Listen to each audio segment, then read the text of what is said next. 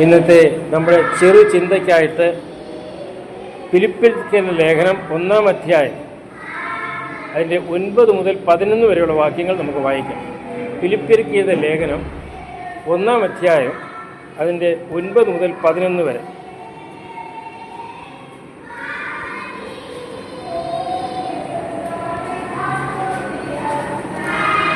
നിങ്ങളുടെ സ്നേഹം മേൽക്കുമേൽ പരിജ്ഞാനത്തിലും സകല വിവേകത്തിലും വർദ്ധിച്ചു വന്നിട്ട്, അതിൻ്റെ 10-ാം വാക്യം, നിങ്ങൾ ഭേദാഭേദങ്ങളെ വിവേചിപ്പാറാകണമെന്നും ക്രിസ്തുവിൻ്റെ നാളിലേക്ക് നിർമ്മലന്മാരും ഇടർച്ചയില്ലാത്തവരും. അതിൻ്റെ 11-ാം വാക്യത്തിൽ, ദൈവത്തിൻ്റെ മഹത്വത്തിനും പുകഴ്ചയ്ക്കുമായിട്ട് യേശുക്രിസ്തുവിനാൽ നീതിഫലം നിറഞ്ഞവരുമായി തീരണം എന്നും ഞാൻ പ്രാർത്ഥിക്കുന്നു. അപ്പോസ്തലനായിരിക്കുന്ന പൗലോസിൻ്റെ ഒരു പ്രാർത്ഥനയാണ് ഫിലിപ്പിയ സഭയിലുള്ള വിശ്വാസികൾക്ക് വേണ്ടി താൻ പ്രാർത്ഥിക്കുന്ന ഒരു പ്രാർത്ഥനയാണ്. ചെറിയൊരു പ്രാർത്ഥനയാണ്. എന്നാൽ ഈ ചെറിയ പ്രാർത്ഥനയിൽ അനേക വിഷയങ്ങൾ നമുക്ക് കാണുവാൻ കഴിയും. പ്രത്യേകിച്ച് നിങ്ങൾ യുവാക്കളായി ഇവിടെ ഇരിക്കുമ്പോൾ നമ്മൾ ഈ ലോകം, നമുക്കറിയാം ഈ ലോകം നമുക്ക് യോജിച്ചതല്ല. കർത്താവ് തന്നെ പറഞ്ഞിട്ടുണ്ട്, ഈ ലോകം എനിക്ക് യോജിച്ചതല്ലായിരുന്നു. അപ്പോൾ പിന്നെ നിങ്ങളുടെ കാര്യം പറയണം. പച്ചമരത്തോട് ഇങ്ങനെ ചെയ്ത് കഴിഞ്ഞാൽ ഉണങ്ങിയ മരത്തോട് എപ്രകാരമായിരിക്കും ഈ ലോകം ചെയ്യുന്നത്. അപ്പോൾ ഈ ലോകത്തിൽ നമ്മൾ ജീവിക്കുകയും പ്രത്യേകിച്ച് ഈ ഒരു യുഗം, ഈ ഒരു സമയം എന്ന് പറഞ്ഞു കഴിഞ്ഞാൽ വളരെ വളരെ പ്രശ്നങ്ങൾ നിറയപ്പെട്ടതായിരിക്കുന്ന ഒരു ലോകത്തിലാണ്, ഒരു സമയത്താണ് നമ്മൾ ഓരോരുത്തരും ജീവിക്കുന്നത്. പണ്ട് അനേകർ കേൾക്കാത്തതായിരിക്കുന്ന കാര്യങ്ങളാണ് ഇന്ന് കേട്ടുകൊണ്ടിരിക്കുന്നത്. എൻ്റെ വീട്ടിലെ കോഴിയെ ഇറച്ചിക്ക് വേണ്ടി, ഇറച്ചി വയ്ക്കാൻ വേണ്ടി കോഴിയെ കൊല്ലുകയാണെങ്കിൽ അമ്മ പോലും കൊല്ലത്തില്ല. എൻ്റെ പിതാവാണ് കോഴിയെ കൊന്നിരുന്നത്.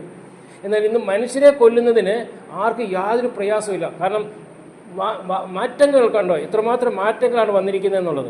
കാരണം അനേകർ ഇന്നിപ്പം മാതാപിതാക്കളെ കൊല്ലുന്നതിനോ മക്കളെ കൊല്ലുന്നതിനോ അല്ലെങ്കിൽ മറ്റുള്ളവരെ കൊല്ലുന്നതിനോ ഒന്നും യാതൊരു പ്രയാസവും പ്രശ്നങ്ങളും ഇല്ലാത്ത ഒരു സ്ഥാനത്താണ് നമ്മൾ ഓരോരുത്തരും ഇന്ന് താമസിക്കുന്നത്. പ്രത്യേകിച്ച് യുവാക്കളായിരിക്കുന്നത് നിങ്ങൾ താമസിക്കുന്നത്. അപ്പോൾ പൗലോസിന് ചില കാര്യങ്ങൾ മുന്നമേ കണ്ടുകൊണ്ട്, ഇപ്പോൾ ഇതേതാണ്ട് AD 66 67 എഴുതിയ ലേഖനമാണ്. തന്നെ കാരാഗ്രഹത്തിൽ കിടന്നുകൊണ്ട് എഴുതുന്ന ലേഖനമാണ്. എന്നാൽ ചില കാര്യങ്ങൾ താൻ ഭവിഷ്യ രൂപേണ മനസ്സിലാക്കിക്കൊണ്ട്, ഇന്നത്തെ വിഷയത്തെ മനസ്സിലാക്കിക്കൊണ്ട്, ഫിലിപ്പിയ വിശ്വാസികൾക്ക് വേണ്ടി മാത്രമല്ല ലോകത്തെമ്പാടും ഇന്നുള്ളതായിരിക്കുന്ന വിശ്വാസികൾക്ക് വേണ്ടി ചില കാര്യങ്ങൾ താൻ ഇവിടെ രേഖപ്പെടുത്തിയിരിക്കുന്നതാണ് നമുക്കിവിടെ കാണുവാൻ കഴിയുന്നത്. ആദ്യമായിട്ട് അതിൻ്റെ 9-ാം വാക്യത്തിൽ നാം കാണുന്നത്, നിങ്ങളുടെ സ്നേഹം വർദ്ധിക്കണം. അപ്പോൾ സ്നേഹം ഇല്ലെന്നുള്ളതല്ല, പിന്നെന്തുണ്ട്? സ്നേഹമുണ്ട് എങ്കിൽ എന്ത് ചെയ്യണം? നിങ്ങളുടെ സ്നേഹം വർദ്ധിക്കണം. എങ്ങനെയാണ് സ്നേഹം വർദ്ധിക്കുന്നത്? എങ്ങനെ?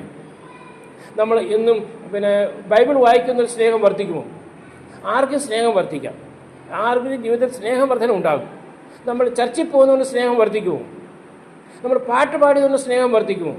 നമ്മൾ റെഗുലറായിട്ട് നമ്മൾ ചർച്ചിൽ പോകുന്നവരാണ്. പലരും ചോദിക്കുകയാണ്, ഞാൻ എല്ലാ ആഴ്ചയിലും പോകുന്നുണ്ട്. എൻ്റെ മോനോ മോളാണെങ്കിൽ എല്ലാ ആഴ്ചയിലും അവർ പോകുന്നുണ്ട്. അതുകൊണ്ട് നമ്മുടെ സ്നേഹം വർദ്ധിക്കുമോ?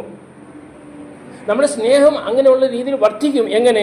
നമ്മുടെ സഹവിശ്വാസികളുമായിട്ടുള്ളതായിരിക്കുന്ന സ്നേഹം നമുക്ക് പുലർത്തുവാൻ കഴിയും, പുതുക്കുവാൻ തക്കണം കഴിയും. എന്നാൽ ഇവിടെ ഉദ്ദേശിക്കുന്നത്, നിങ്ങളുടെ സ്നേഹം മേൽക്കുമേൽ വർദ്ധിക്കണമെന്ന് പറയുമ്പോൾ നാമും നമ്മുടെ കർത്താവുമായിട്ടുള്ള ഒരു കമ്മ്യൂണിക്കേഷൻ, ഒരു അഭേദ്യമായിരിക്കുന്ന ഒരു ബന്ധം നമുക്കുണ്ടായിരിക്കണം. അതാണ് സ്നേഹം വർദ്ധിക്കുമ്പോൾ നമുക്ക് മനസ്സിലാക്കുക. അങ്ങനെയാണ് സ്നേഹം വർദ്ധിക്കേണ്ടത്. നമുക്കറിയാം, നമ്മളിപ്പം വീട്ടിലോട്ട് ചെല്ലുക. ഇവിടെ കഴിഞ്ഞിട്ട് നമ്മൾ വീട്ടിൽ ചെന്നതിന് ശേഷം മാതാപിതാക്കളെ കണ്ടു, അവർ കുറേ നേരം സംസാരിക്കില്ലേ? സംസാരിക്കുമ്പോൾ നമുക്ക് ഉച്ചയ്ക്കത്തെ ഊണിൻ്റെ സമയം പോലും നമ്മൾ മറന്നുപോകും. കാരണം എന്തുവാ? എൻ്റെ അപ്പനും അമ്മയുമാണ് അനേക വർഷങ്ങളായി കണ്ടിട്ട് ഇപ്പോൾ കാണുകയാണ്. അപ്പോൾ എന്തു ചെയ്യും? ഒരു അഭേദ്യമായിരിക്കുന്ന ഒരു ബന്ധം അവിടെ ഉണ്ടാകുന്നു, അഭേദ്യമായിട്ടൊരു കമ്മ്യൂണിക്കേഷൻ അവിടെ ഉണ്ടാകുന്നു, ഒരു കോൺവെർസേഷൻ ഉണ്ടാകുന്നു, ഇല്ലേ? ചിലർ ഞാൻ കേട്ടിട്ടുണ്ട്, എൻഗേജ്മെൻറ്റ് കഴിഞ്ഞതിന് ശേഷം, എൻഗേജ്മെൻറ്റിന് മുമ്പല്ല, എൻഗേജ്മെൻറ്റ് കഴിഞ്ഞതിന് ശേഷം വിവാഹത്തിലേക്ക് ഏർപ്പെടുന്നതിന് മുമ്പ് ചിലപ്പോൾ ഫോൺ വരുമ്പോൾ എങ്ങോട്ടോടും? വീട്ടിലിരുന്നോട് സംസാരിക്കുമോ? സംസാരിക്കില്ല. ഉടനെ വീട്ടിൽ വെളിയിൽ പോകും, അല്ലെങ്കിൽ റൂം അടച്ചിട്ടിട്ട് സംസാരിച്ച് ഉച്ച കഴിഞ്ഞ് 2 മണിയായി 3 മണിയായാലും വിശപ്പില്ല. എന്താ കാരണം? ആ ഒരു അഭേദ്യമായിരിക്കുന്ന ഒരു ബന്ധം മുഖാന്തരം നമ്മുടെ ചുറ്റുപാടുകളെ നമ്മൾ മറക്കുക. അമ്മ പറയാണ്, മോനെ 2 മണി 3 മണി ഉണ്ണാൻ വരുന്നില്ല, വരാം അമ്മച്ചി, വരാം മമ്മി, ഇപ്പോൾ വരാം എന്ന് പറഞ്ഞുകൊണ്ട് നമ്മൾ ആ ഒരു കോൺവെർസേഷനിൽ നമ്മൾ അങ്ങ് ലിപ്തായിരിക്കുക. കാരണം നമ്മൾ അഭേദ്യമായിരിക്കുന്ന ഒരു ബന്ധം. ഈ ഒരു ബന്ധമാണ് അപ്പോസ്തലനായിരിക്കുന്ന പൗലോസ് തങ്ങളുടെ വിശ്വാസികളിൽ നിന്നും ദൈവമക്കളായിരിക്കുന്ന നമ്മളിൽ നിന്നും ദൈവമായിട്ടുള്ളതായിരിക്കുന്ന ആ ഒരു സ്നേഹം ദൈവം കാണുവാൻ ആഗ്രഹിക്കുന്നത്.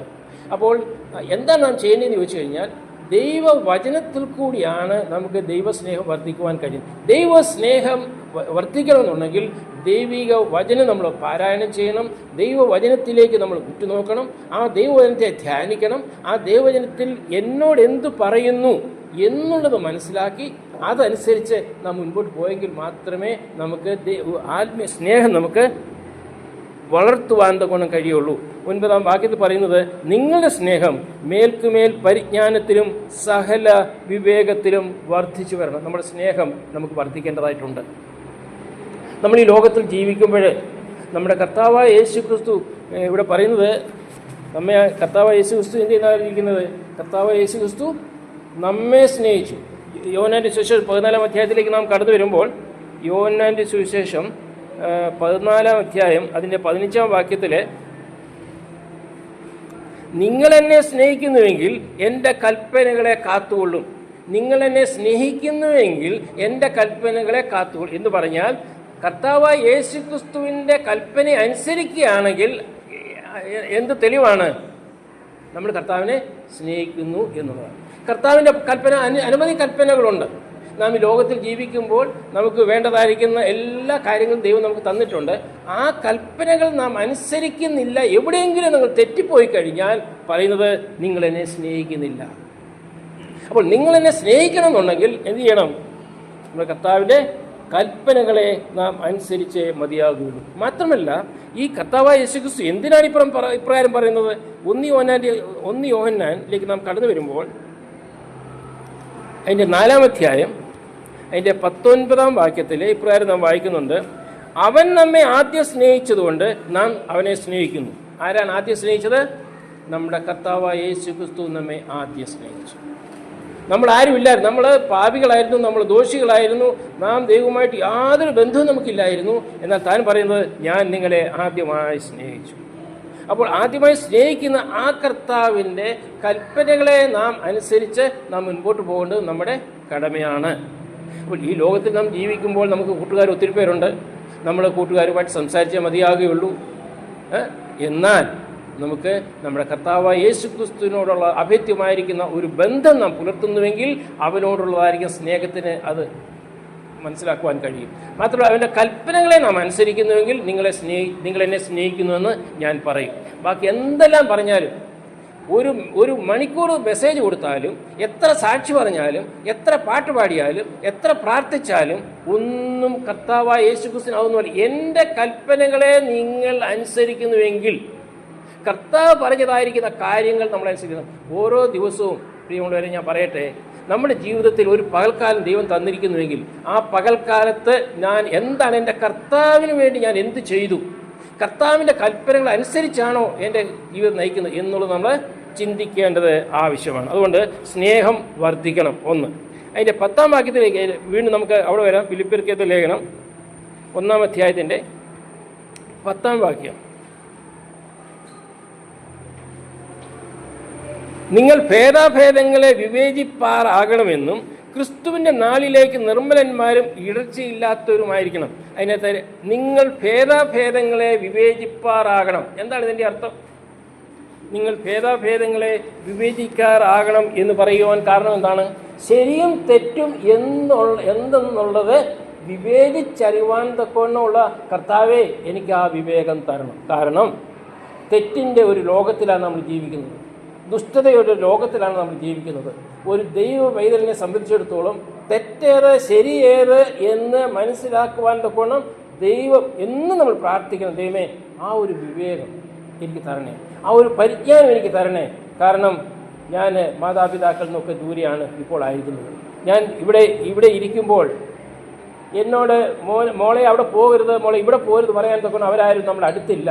എന്നാൽ ഒരു വചനമുണ്ട് നമുക്ക്, ദൈവം തന്ന പ്രേമപത്രം, ആ സ്നേഹത്തിൻ്റെ കത്തുണ്ട് നമ്മുടെ കയ്യിൽ. ഈ കത്ത് വായിക്കുകയും ഈ കത്തിൽ കൂടി ഭേദാഭേദങ്ങളെ എന്ന് പറഞ്ഞാൽ ശരിയും തെറ്റും വിവേചിക്കണം. നമ്മൾ ഒരു പക്ഷെങ്കിൽ നമ്മൾക്ക് തെറ്റിനെ താലോലിക്കുവാൻ തക്കവണ്ണം, തെറ്റിനെ സ്നേഹിക്കുവാൻ തക്കവണ്ണം, തെറ്റിനെ പിൻപറ്റുവാൻ തക്കവണ്ണം ഉള്ളൊരു പ്രേരണ നമുക്ക് തരുന്നത് ആരാ? സൈത്താനാണ്. അപ്പോൾ സൈത്താൻ നമുക്ക് ആ ഒരു പ്രേരണ തരുമ്പോൾ നമുക്ക് ശരി ഏതെന്നുള്ളത് പറഞ്ഞ് ആ ശരിക്ക് ആ ശരിയായിട്ടുള്ളതിനെ തിരഞ്ഞെടുക്കണമെന്നുണ്ടെങ്കിൽ നമുക്ക് ഒരു ശക്തി വേണം. ഏത് ശക്തിയാണ്? ആത്മാവിൻ്റെ ശക്തി നമുക്ക് വേണം. അതില്ലാതെ പറ്റത്തില്ല. നമ്മൾ രാവിലെ ബ്രേക്ക്ഫാസ്റ്റ് കഴിക്കുന്നു, ഉച്ചയ്ക്ക് നമ്മൾ ആഹാരം കഴിക്കുന്നു, വൈകിട്ട് നമ്മൾ ഡിന്നർ കഴിക്കുന്നു. എന്തിനു വേണ്ടി? ആത്മാവിന് വേണ്ടിയാണോ? ആണോ? അല്ല. എന്തിനു വേണ്ടി നമ്മൾ കഴിക്കുന്നത്? നമ്മുടെ ശരീരത്തിന് വേണ്ടിയാണ്. ഞാൻ ചോദിക്കട്ടെ, ആത്മാവിന് വേണ്ടി നമ്മൾ ബ്രേക്ക്ഫാസ്റ്റ് കൊടുത്തിട്ടുണ്ടോ? നമ്മൾ ലഞ്ച് കൊടുത്തിട്ടുണ്ടോ? ഡിന്നർ കൊടുത്തിട്ടുണ്ടോ നമ്മുടെ ആത്മാവിന് വേണ്ടി? ആത്മാവിന് വിശപ്പില്ലേ? ആത്മാവിന് കണ്ണുണ്ട്, ആത്മാവിന് വായുണ്ട്, ആത്മാവിന് ഭക്ഷിക്കാനുള്ള കഴിവുണ്ട്. ഏതിന്? ആത്മാവിന്. നമ്മൾ കാണുന്നില്ല. ആത്മാവിന് കാലുണ്ട്, ആത്മാവിന് കൈയുണ്ട്. ഈ കൈയല്ല, അകത്തൊരു കൈയുണ്ട്. ഈ ആത്മാവെന്ന് പറയുന്ന ഒരു വ്യക്തിയാണ്. ഈ വ്യക്തി നമ്മുടെ ഉള്ളിലാണ്. ഈ വ്യക്തിക്ക് കൈയുണ്ട്, കാലുണ്ട്, എല്ലാം ഉണ്ട്, കാണാനുള്ള ശക്തിയുണ്ട്. എന്നാൽ ഈ ആത്മാവിന് നമ്മൾ ആഹാരം കൊടുക്കുന്നുണ്ടോ? ഇല്ല. വളരെ ദുഃഖകരമായിരിക്കുന്ന അവസ്ഥയാണ് ഇന്ന് ക്രിസ്തീയ കോളത്തിൽ നമുക്ക് കാണുവാൻ തന്നെ കഴിയുന്നത്. എല്ലാവരുടെയും സ്ഥിതി അതാണ്. എല്ലാവരുടെയും സ്ഥിതിയാണ്. മൊബൈൽ വന്നതിന് ശേഷം നാം മൊബൈൽ വെച്ചുകൊണ്ട് നാം ബൈബിളിൽ നിന്നും വളരെ ദൂരെയായി പോയിരിക്കുകയാണ്. നമുക്കത് മതി, അതില്ലാതെ പറ്റത്തില്ല. അങ്ങനെയുള്ള ഒരു അഡിക്റ്റായിരിക്കുകയാണ്. അതിൽ നിന്ന് അനേക കാര്യങ്ങൾ പഠിക്കുവാനുണ്ട്. എന്നാൽ അതിൽ കൂടുതലായിട്ട് നമ്മെ അത് ദൈവത്തിൽ നിന്നും അകറ്റിക്കൊണ്ടിരിക്കുകയാണ്. നമുക്ക് ഭേദഭേദങ്ങളെ വിവേചിക്കണമെന്നുണ്ടെങ്കിൽ, നമുക്കൊരു ജോലി തിരഞ്ഞെടുക്കണം എന്നുണ്ടെങ്കിൽ എന്താ ചെയ്യേണ്ടത്? എങ്ങനെയാണ് നമ്മൾ പേരൻസിനെ അത് ശരിയാണോ തെറ്റാണോ എന്നുള്ളത് പറഞ്ഞു കൊടുക്കുന്നത്, പറയേണ്ടത്? പേരൻസ് പറയുമ്പോൾ ഇന്നത് ചെയ്യരുത്, ഇന്നത് ചെയ്യണമെന്ന് പറയുമ്പോൾ അതിലൊരു വിവേക ബുദ്ധി നമുക്ക് ആവശ്യമാണ്. ഒരു സിറ്റുവേഷൻ വരികയാണ്, ഏതെങ്കിലും ഒരു സിറ്റുവേഷൻ വരികയാണ്, ആ സിറ്റുവേഷനെ നമ്മൾ തരണം ചെയ്യണമെന്നുണ്ടെങ്കിൽ എന്താണ് വേണ്ടത്? വിവേകബുദ്ധി നമുക്ക് ആവശ്യമാണ്. അതുപോലെ തന്നെ നമ്മുടെ ഓഫീസ് കാലിംഗിലായാലും കോളേജിൽ പഠനത്തോടുള്ള ബന്ധത്തിലായാലും തന്നെയും പലരും പല കാര്യങ്ങളും നമ്മളോട് പറയുമ്പോൾ അതിനെ ഏത് രീതിയിലാണ് നമ്മൾ അതിനെ ഇടപെടേണ്ടതെന്നുള്ളത് വിവേകബുദ്ധി നമുക്ക് ആവശ്യമാണ്. ഒരു പക്ഷേ മാരേജ് പ്രപ്പോസൽ വരുമ്പോൾ ആ മാരേജ് പ്രപ്പോസൽ നാം ഏത് രീതിയിലാണ്, കർത്താവേ, വളരെ പ്രാർത്ഥനയോടുകൂടി, കർത്താവേ, അവിടുത്തെ വിവേകബുദ്ധി, എന്താണ് തെറ്റ്, എന്താണ് ശരിയെ എന്നുള്ളത് ദൈവമേ അവിടുന്ന് വേണ്ട ആലോചനകൾ എൻ്റെ ജീവിതത്തിൽ തരണം. എന്നെ പഠിപ്പിച്ച് ഈ നിലയിൽ ആക്കിയതായിരിക്കും എൻ്റെ മാതാവിനെ ദുഃഖിപ്പിക്കുക, അതൊരു വിഷയം. അതിനൊക്കെ ഉപരിയായി എനിക്ക് വേണ്ടി പുരുഷരക്തമല്ല, കർത്താവായ യേശുക്രിസ്തുവിൻ്റെ രക്തം തന്ന് എന്നെ വീണ്ടെടുത്ത് മാത്രമല്ല, എൻ്റെ പിതാവ് എൻ്റെ മാതാവ് മണ്ണിലേക്ക് വേണ്ടി ഒരു ജീവൻ തന്നു, എന്നാൽ എൻ്റെ കർത്താവ് വിണ്ണിലേക്ക് വേണ്ടി എൻ്റെ ജീവൻ തന്നു. വലിയ വ്യത്യാസമില്ലേ? പുരുഷൻ്റെ രക്തത്താൽ നാം ജനിച്ചു ഈ മണ്ണിൽ, എന്നാൽ കർത്താവായ യേശുക്രിസ്തുവിൻ്റെ നിഷ്കളങ്ക രക്തത്താലാണ് നമ്മെ ദൈവം മക്കളാക്കി തീർത്തത്, നമ്മെ ദൈവത്തിൻ്റെ കുഞ്ഞുങ്ങളാക്കി തീർത്തത് ആ രക്തത്താലാണ്. അപ്പോൾ നമ്മുടെ മാതാപിതാക്കളെ ദുഃഖിപ്പിക്കാൻ പാടില്ല. അതിന് എന്ത് വേണം? വിവേക ബുദ്ധി വേണം. അതിനുവേണ്ടി നമ്മൾ പ്രാർത്ഥിക്കണം. രണ്ടാമത്, ഒരിക്കലും നമ്മുടെ ദൈവത്തെ നമ്മൾ ദുഃഖിപ്പിക്കരുത്. കാരണം നമ്മുടെ എല്ലാം യുവാവസ്ഥയാണ്, നമ്മുടെ രക്തം തിളച്ചിരിക്കുന്ന ഒരു കാലയളവാണ്. എന്തും ചെയ്യുവാൻ തന്നെ നമ്മളെ പ്രേരണ ഉണ്ടാകുന്ന സമയമാണ്. ഒരു കാര്യം ഞാൻ പറയുകയാണ്, നമ്മുടെ മാതാപിതാക്കളെ ഒരിക്കലും ദുഃഖിപ്പിക്കരുത്. മാത്രമല്ല, എനിക്ക് വേണ്ടി കാൽവരി ക്രൂശിൽ ഒരിക്കൽ കരഞ്ഞ കർത്താവ്, ഒരിക്കൽ എൻ്റെ കർത്താവായ യേശു ക്രിസ്തുവിൽ കാൽവരി ക്രൂശിൽ കരഞ്ഞുവെങ്കിൽ വീണ്ടും എൻ്റെ കർത്താവിനെ, നമ്മുടെ കർത്താവിനെ ഒരിക്കലും കരയിപ്പിക്കരുത്. അവനെ എന്ത് ചെയ്യണം? നമ്മുടെ ജീവിതം കണ്ടുകൊണ്ട് സന്തോഷിക്കണം. നമ്മുടെ ജീവിതം കണ്ടുകൊണ്ട് എൻ്റെ കർത്താവ് സ്വർഗത്തിൽ ചിരിക്കണം. എന്നാൽ പലപ്പോഴും നമ്മുടെ പല ജീവിത രീതിയിലേക്ക് നോക്കിക്കൊണ്ട് നമ്മുടെ കർത്താവ് ഇന്നും കരയുന്ന ഒരു അവസ്ഥയിലാണ് നാം ആയിരിക്കുന്നത്. അതുകൊണ്ട് എൻ്റെ വാക്കുകൾ മുൻപോട്ട് അധികം എടുക്കുന്നില്ല. ഏത് വിധത്തിലായി ഒരു ടി വി അല്ലെങ്കിൽ ഒരു ഇൻ്റർനെറ്റിന് മുൻപാകെ നമ്മൾ നിൽക്കുമ്പോൾ വിവേകബുദ്ധി ആവശ്യമാണ്. വിവേകബുദ്ധി ആവശ്യമാണ്. തെറ്റി എന്ന് പറയുമ്പോൾ, അഥവാ തെറ്റിപ്പോയി കഴിഞ്ഞാൽ, ഞാൻ തെറ്റിപ്പോയി എന്ന് പറഞ്ഞുകൊണ്ട് അവിടുന്ന് എഴുന്നേക്കണം. നമുക്കറിയാം, ഒരു ആട്ടുംകുട്ടി ചെളിയിൽ വീണ് കഴിഞ്ഞാൽ അത് അവിടുന്ന് കരയുമോ? ചിരിക്കുമോ? കരയും. ഒരു പന്നി ചെളിയിൽ വീണ് കഴിഞ്ഞാൽ കരയുമോ? ചിരിക്കുമോ? ചിരിക്കും അല്ലേ? അപ്പോൾ നാം ഒരിക്കലും അവിശ്വാസികളുടെ സ്വഭാവ രീതി നമ്മുടെ ജീവിതത്തിൽ പാടില്ല. നമ്മൾ ആട്ടിൻകുട്ടികളാണ്, വീഴാൻ സാധ്യതയുണ്ട്. നമ്മുടെ ശരീരം ആ രീതിയിലുള്ള ശരീരമാണ്. ഇയാളുടെ ശരീരത്തിൽ നാം പാപം ചെയ്യാൻ സാധ്യതയുണ്ട്. എന്നാൽ ഒരിക്കലും നമ്മൾ വീണു പോകരുത്. അവിടുന്ന് അലയ്ക്കണം, എഴുന്നേൽക്കണം. കർത്താവേ, തെറ്റുപറ്റിപ്പോയി, ഇതാണ് യുവതലമുറയിൽ നമുക്ക് ആവശ്യമായിരിക്കുന്ന വസ്തുത. അടുത്ത ഭാഗത്തേക്ക് നമുക്ക് കടന്നു വരാം. ഫിലിപ്പിയർക്ക് ലേഖനം അതിൻ്റെ 11-ാം വാക്യം വായിച്ചുകൊണ്ട് ഞാൻ എൻ്റെ വാക്കുകൾക്ക് അവസാനം കുറിക്കുകയാണ്. 11-ാം വാക്യം: ദൈവത്തിൻ്റെ മഹത്വത്തിനും പുകഴ്ചയ്ക്കുമായിട്ട് യേശുക്രിസ്തുവിനാൽ നീതിഫലം നിറഞ്ഞവരായി തീരണം. എന്താണ് പറയുന്നത്? ഫലം നിറഞ്ഞവരായി തീരണം. ഫലം നിറഞ്ഞവരായി തീരണം. നമ്മുടെ ജീവിതത്തിൽ ഫലം നിറയേണ്ട ആവശ്യമുണ്ട്. ഫലം ഇല്ലാത്തൊരവസ്ഥയുണ്ട്. ഒരു വാക്യം വായിക്കാം. മർക്കോസിൻ്റെ സുവിശേഷം. സമയമായി പോയല്ലേ? സമയമായോ? ഒരു വാക്യം വായിച്ചു. മർക്കോസിൻ്റെ സുവിശേഷം 11-ാം അധ്യായത്തിൻ്റെ 13-ാം വാക്യം: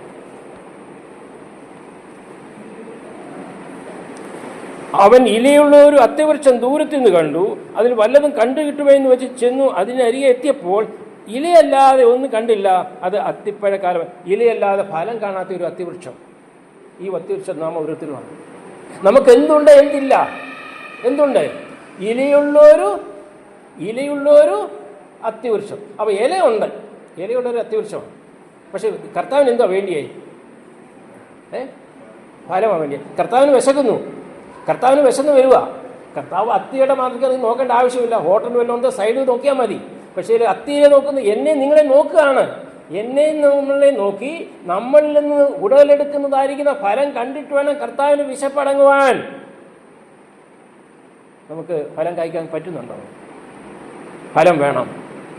അത് ഞാൻ എൻ്റെ വാക്കുകൾക്ക് ഞാനിവിടെ കൊടുക്കുകയാണ്. യോഹന്നാന്റെ സുവിശേഷം പിന്നെ യെശയ്യാവ് 5:2-3 പറയുന്നുണ്ട്, ഞാൻ മുന്തിരിങ്ങ വെച്ചു, കാത്തിരുന്നു, ഒടുവിൽ എന്താണ് മുന്തിരിങ്ങ വന്നത്? കാട്ടുമുന്തിരിങ്ങ. എത്ര ദുഃഖകരമായിരിക്കുന്ന അവസ്ഥ. മുന്തിരിങ്ങ നട്ടു, വെള്ളമൊഴിച്ചു, വളമിട്ടു, കാത്തിരുന്നു. എൻ്റെ വൃക്ഷത്തിൽ നിന്നും മുന്തിരിങ്ങയിൽ നിന്നും നല്ല മുന്തിരിങ്ങ വരുമെന്ന് കാത്തിരുന്നു. ഒരു കൃഷിക്കാരൻ. നമ്മുടെ ദൈവം നമ്മെ കാത്തിരിക്കുകയാണ്, നമ്മെ വെച്ചിരിക്കുകയാണ് ലോകത്തിൽ. 20 വർഷമായി, 25ആയി, 30 വർഷമായി നമ്മളെ ഈ ലോകത്തിൽ വെച്ചിരിക്കുകയാണ്. എൻ്റെ മോനിൽ നിന്ന് എനിക്ക് മുന്തിരിങ്ങ പറിക്കാം എന്ന് പറഞ്ഞാൽ ഒടുവിൽ എന്ത് ഭരിച്ചു? എന്താ കണ്ടത്? കാട്ടുമുന്തിരിങ്ങ. ആ അവസ്ഥയാണ് പ്രിയരെ നമ്മുടെ ഓരോരുത്തരുടെയും. കാട്ടുമുന്തിരിങ്ങ അല്ല, മുന്തിരിങ്ങ നമ്മളിൽ നിന്നും പറിക്കേണ്ടത് ആവശ്യമാണ്. അതുപോലെ 2 വാക്യങ്ങൾ മാത്രം പറഞ്ഞു ഞാൻ നിൽക്കുകയാണ്. യോഹന്നാന്റെ സുവിശേഷം വായിക്കേണ്ട. യോഹന്നാന്റെ സുവിശേഷം 15-ാം അധ്യായത്തിൻ്റെ 2, 5, 8, 10 ഈ വാക്യങ്ങളിൽ പറയുന്നുണ്ട്, അധികം ഫലം കായ്ക്കേണ്ടതിന്, വളരെ ഫലം കായ്ക്കേണ്ടതിന്, ചെത്തിവെടിപ്പാക്കി ഫലം കായ്ക്കേണ്ടതിനായിട്ട് കർത്താവ് ആഗ്രഹിക്കുന്നു. നമ്മെ ചെത്തിവെടിപ്പാക്കി നമ്മളിൽ നിന്നും ഫലം കായ്ക്കുവാൻ ആഗ്രഹിക്കുന്നു. നമ്മളിൽ നിന്നും വളരെ ഫലം കായ്ക്കുവാൻ ആഗ്രഹിക്കുന്നു. നമ്മളിൽ നിന്നും അധികം ഫലം കായ്ക്കാൻ ആഗ്രഹിക്കുന്നു. 3 കാര്യങ്ങൾ ഞാൻ ശ്രമിച്ചു. 1, നമ്മുടെ സ്നേഹം വർദ്ധിക്കണം. 2, നമ്മൾ തെറ്റിനെയും ശരിയെയും മനസ്സിലാക്കാനുള്ള വിവേകബുദ്ധി നമുക്ക് വേണം.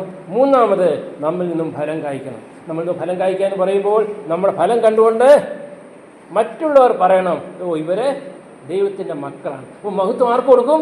ദൈവത്തിന്. നമ്മുടെ ജീവിതത്തെ കണ്ടുകൊണ്ട് ദൈവം നമ്മെ ഇവിടെ ആക്കി വെച്ചിരിക്കുന്നതുകൊണ്ട് നമ്മളിൽ നിന്ന് ഫലം കാണുമ്പോൾ അതിൻ്റെ മഹത്വം ആർക്കാ പോകുന്നേ? നമ്മുടെ കർത്താവിനാണ്. കർത്താവ് അത് ആഗ്രഹിക്കുന്നുണ്ട്, ഇന്നും ആഗ്രഹിക്കുന്നു. കർത്താവിനെ വേദനിപ്പിക്കരുത് നമ്മുടെ യുവാവസ്ഥയിൽ.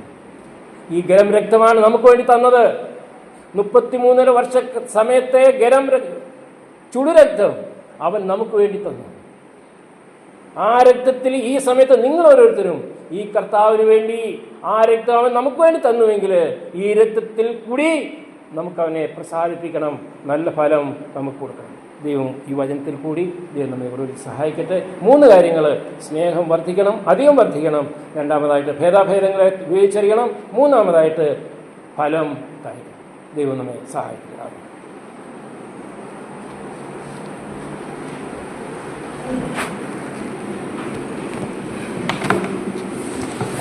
Thank you.